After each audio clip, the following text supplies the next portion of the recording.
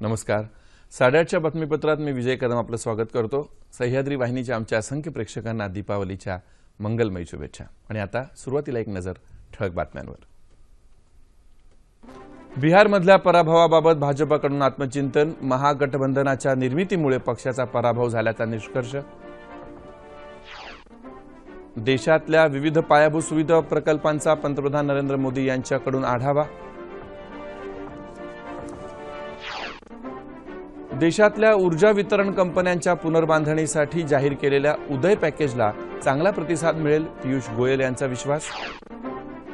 N Srinivasan यांना ICC अध्यक्षपदावरून माघारी बोलावण्याचा बीसीसीआयच्या बैठकीत निर्णय. शशांक मनोहर त्यांची जागा घेणार. आणि म्यानमारमधल्या निवडणुकीत ऑंग सान स्यू की यांच्या पक्षाची ऐतिहासिक विजयाकडे वाटचाल. नमस्कार. आणि आता सविस्तर वृत्त. बिहार विधानसभा निवडणुकीचा निकाल आम्ही स्वीकारत असून या पराजयाबद्दल कुणा एका व्यक्तीला दोषी धरत नसल्याचं केंद्रीय वित्तमंत्री अरुण जेटली यांनी काल पत्रकारांशी बोलताना सांगितलं. बिहारमधल्या पराभवावर विचारमंथन करण्यासाठी काल नवी दिल्लीत भाजपा संसदीय मंडळाची बैठक झाली. या बैठकीनंतर झालेल्या पत्रकार परिषदेत जेटली बोलत होते. या बैठकीला पंतप्रधान नरेंद्र मोदी, पक्षाध्यक्ष अमित शहा तसंच इतर वरिष्ठ नेते उपस्थित होते. महागठबंधनच्या राष्ट्रीय जनता दल, जनता दल युनायटेड आणि काँग्रेस या 3 पक्षांनी एकत्रित निवडणूक लढवल्याचा त्यांना फायदा झाल्याचं जेटली यांनी सांगितलं. जय पराजय हा खेळाचा एक भाग असतो असंही ते म्हणाले.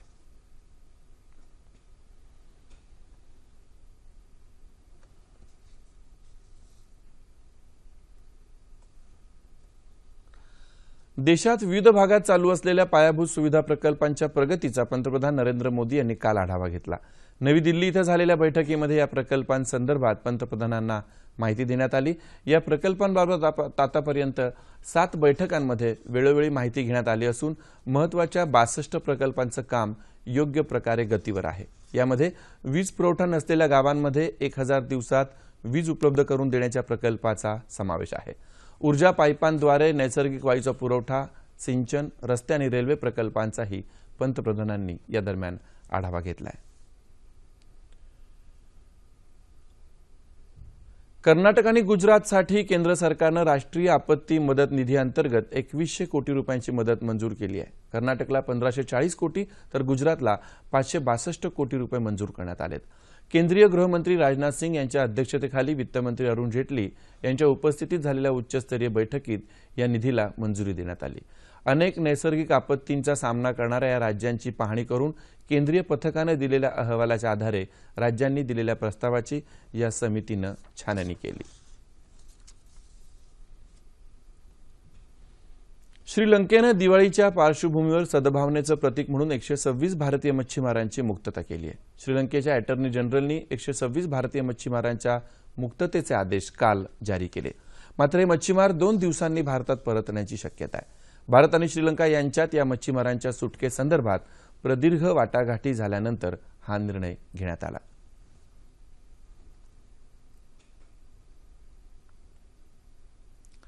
दिवाळीनिमित्त राज्यपाल चे विद्यासागर राव यांनी राज्यातील जनतेला तसंच राज्याबाहेर इतरत्र स्थायिक झालेल्या महाराष्ट्रातल्या लोकांना दिवाळीनिमित्त शुभेच्छा दिल्यात. दिवाळीचा सण अज्ञानरूपी अंधकारावर ज्ञानप्रकाशाच्या विजयाचं प्रतीक आहे. ही दिवाळी प्रत्येकाच्या घरी आनंद, समाधान आणि सुखसमृद्धी घेऊन येवो, तसंच समाजातील असमानता, भेदभाव आणि दुःख दूर करो असं राज्यपालांनी आपल्या संदेशात म्हटलंय. संपूर्ण दिवाळी सण पर्यावरणपूरक आणि प्रदूषणमुक्त वातावरणात साजरा करण्याचा प्रयत्न सर्वांनी करावा असं आवाहनही राज्यपालांनी केलं आहे.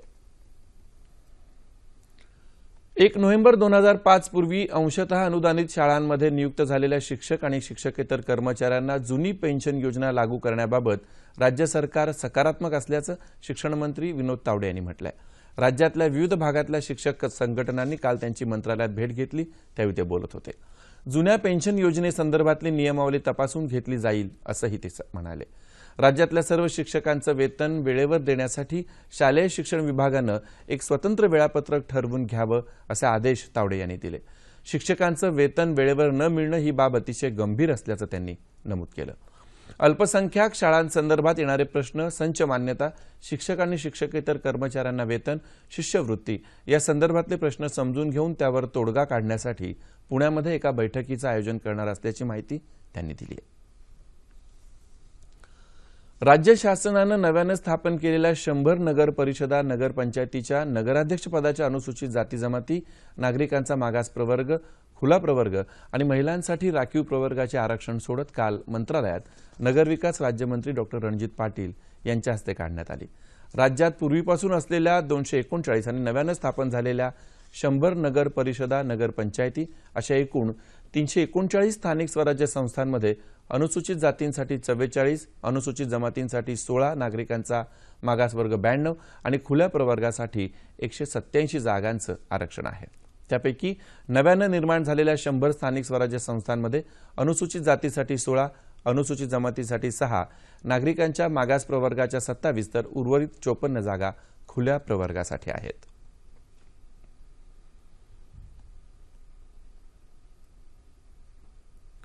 देशातल्या ऊर्जा वितरण कंपन्यांच्या अर्थात डिस्कॉम्सच्या पुनर्बांधणीसाठी जाहीर करण्यात आलेल्या पॅकेजला देशभरातून चांगला प्रतिसाद मिळेल असा विश्वास केंद्रीय ऊर्जा, कोळसा आणि नवीकरणीय ऊर्जा मंत्री पियुष गोयल यांनी काल व्यक्त केला। ते मुंबईत गुंतवणूकदारांशी झालेल्या बैठकीत बोलत होते। केंद्रीय मंत्रिमंडळानं उज्ज्वल डिस्कॉम्स इन्शुरन्स योजना अर्थात उदयला गेल्या आठवड्यात मान्यता दिली।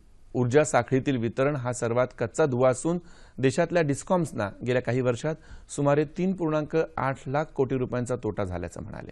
वितरणात येणारा तोटा भरून काढण्यासाठी कर्ज घेण्याच्या दुष्टचक्रात डिस्कॉम्स सापडत असल्याचं निरीक्षण त्यांनी नोंदवलं। ठाण्याचे नगरसेवक सुधाकर चव्हाण यांना बेकायदेशीर विदेशी दारू बाळगल्याप्रकरणी काल संध्याकाळी अटक करण्यात आली। बांधकाम व्यावसायिक सूरज परमार यांच्या आत्महत्येप्रकरणी ते अटकपूर्व जामिनावर आहेत। ठाण्यातल्या येऊर इथल्या त्यांच्या बंगल्याची पोलिसांकडून परमार आत्महत्या प्रकरणात झडती चालू असताना एका खोलीत हा अवैध मद्यसाठा सापडला। केंद्र सरकारनं चालू केलेल्या सोन्याच्या 3 नव्या योजनांमध्ये व्याजदर निश्चित करण्याचा अधिकार इंडिया बुलियन अँड ज्वेलर्स असोसिएशनला देण्यात आलाय। या योजनांसाठी 2.75% एवढा व्याजदर निश्चित करण्यात आल्याची माहिती असोसिएशनचे अध्यक्ष मोहित कंबोज यांनी काल मुंबईत दिली। असोसिएशनच्या 65 वर्षांच्या इतिहासात प्रथमच असे हक्क मिळाले असल्याचं कंबोज यांनी सांगितलं। लोकांनी आपल्या जवळचं सोनं सरकारच्या या योजनात जास्तीत जास्त गुंतवावं असं आवाहन त्यांनी केलं। दिवाळीत सोनं आणि चांदी खरेदी करण्यासाठी धनत्रयोदशीचा दिवस शुभ मानला जातो। म्हणूनच काल सकाळपासूनच नागपूर सराफा बाजारात ग्राहकांनी गर्दी केली होती। कालच्या दिवसात सोनं 200 रुपयांनी महागलं असलं तरी कालच्या दिवसाचं महत्त्व म्हणून खरेदीसाठी ग्राहकांचा कल दिसत होता। काल खरेदी केल्यानं घरात सुखशांती आणि धनधान्याची सदैव भरभराट होते अशी श्रद्धा आहे। सोने चांदीबरोबरच इतर वस्तू खरेदीसाठीही ग्राहकांची बाजारात लगबग दिसून येत होती। इंटरनेट ही आता काळाची गरज बनली आहे। शहरांसोबत ग्रामीण भागातही इंटरनेट पोहोचलंय। इंटरनेटची ही गरज ओळखून धुळे जिल्ह्यातल्या कसुंबा गावानं संपूर्ण गावात मोफत वायफाय सुविधा देण्याचा अनोखा प्रयोग करून दाखवलाय। धुळे जिल्ह्यातल्या कसुंबा गावात लोकसहभागातून आणि ग्रामपंचायत निधीतून गावाला मोफत वायफाय सेवा देण्यात आली आहे। संपूर्ण गावाला मोफत वायफाय सेवा देणारं देशातलं हे पहिलंच गाव आहे। कसुंबा या ग्रामपंचायतने येथील काही तरुणांनी मिळून या ग्रामपंचायत हद्दीमध्ये इंटरनेटची मोफत वायफाय सेवा सुरू केलेली आहे। आणि सर्वात महत्त्वाची बाब जी आहे की याला शासनाचं कुठलंही अनुदान नाही, यांनी उत्स्फूर्तपणे या ग्रामपंचायत मार्फत त्यांच्या खर्चाने ही सेवा सुरू केलेली आहे। या सेवेद्वारे ग्रामीण भागातले विद्यार्थी, शेतकरी आणि इतर नागरिकांना आपापल्या क्षेत्रात फायदा होणार आहे।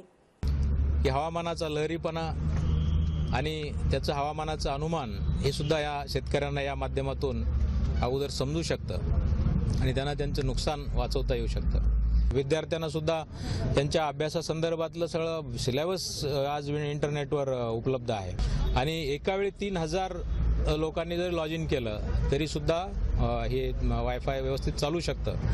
कसुंबा गावचा हा उपक्रम म्हणजे खऱ्या अर्थानं स्मार्ट विलेजकडे वाटचाल करण्याचं एक पाऊलच म्हणावं लागेल। इतर गावांनीही या गावाचं अनुकरण करण्याची गरज अण्णासाहेब मिसाळ यांनी व्यक्त केली आहे। थायलंडमध्ये नुकत्याच झालेल्या प्राथमिक शाळांच्या 12व्या गणित आणि विज्ञान ऑलिम्पियाडमध्ये भारताला कांस्य पदक मिळालं.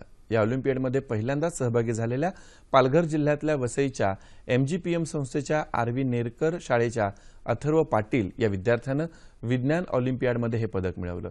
भारत, चीन, दक्षिण आफ्रिका, कोरिया यांच्यात 20 देशांचे 367 विद्यार्थी सहभागी झाले होते.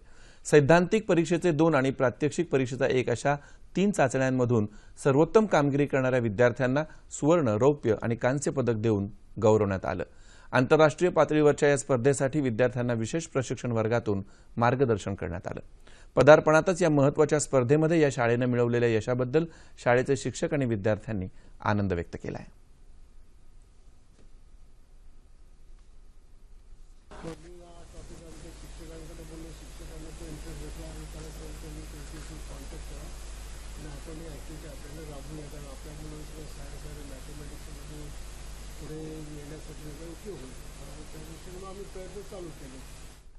आणि आता बातमी क्रिकेटची.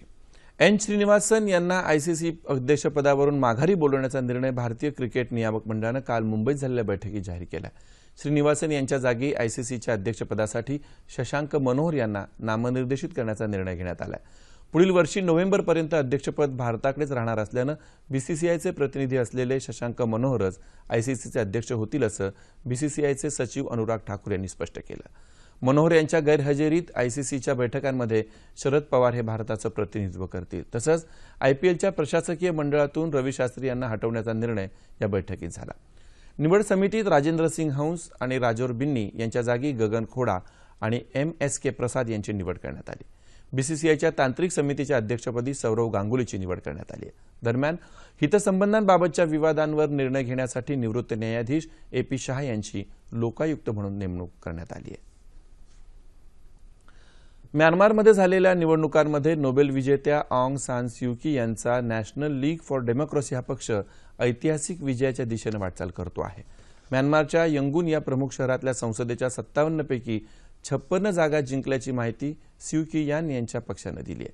तसंच यंगूनच्या विधिमंडळाच्या 90 पैकी 87 जागा या पक्षानं जिंकल्यात. या विजयामुळे म्यानमारची लष्करी राजवटीच्या विळख्यातून मुक्तता होण्याची चिन्ह दिसत आहेत.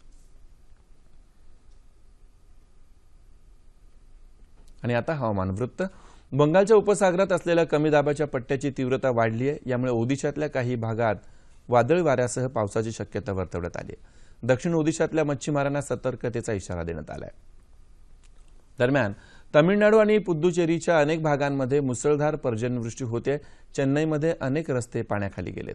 जम्मू काश्मीरमध्ये झोजिला खिंड आणि परिसरात झालेल्या हिमवर्षावामुळे श्रीनगर लेह राष्ट्रीय महामार्ग 4 दिवसांपासून बंद होता. सामरिकदृष्ट्या महत्त्वाचा असा 440 किलोमीटर लांबीचा हा मार्ग आता एकेरी वाहतुकीसाठी खुला करण्यात आला आहे. राज्यात मध्य महाराष्ट्राच्या काही भागात किमान तापमानात सरासरीच्या तुलनेत लक्षणीय वाढ झाली आहे. राज्यात सर्वात कमी तापमान नाशिक इथं 15.7 सेल्सिअस इतकं नोंदवलं गेलं. येत्या 24 तासात राज्यातलं हवामान कोरडं राहील असा हवामान विभागाचा अंदाज आहे. आणि शेवटी पुन्हा एकदा ठळक बातम्या. बिहारमधल्या पराभवाबाबत भाजपाकडून आत्मचिंतन. महागठबंधनाच्या निर्मितीमुळे पक्षाचा पराभव झाल्याचा निष्कर्ष. देशातल्या विविध पायाभूत सुविधा प्रकल्पांचा पंतप्रधान नरेंद्र मोदी यांच्याकडून आढावा.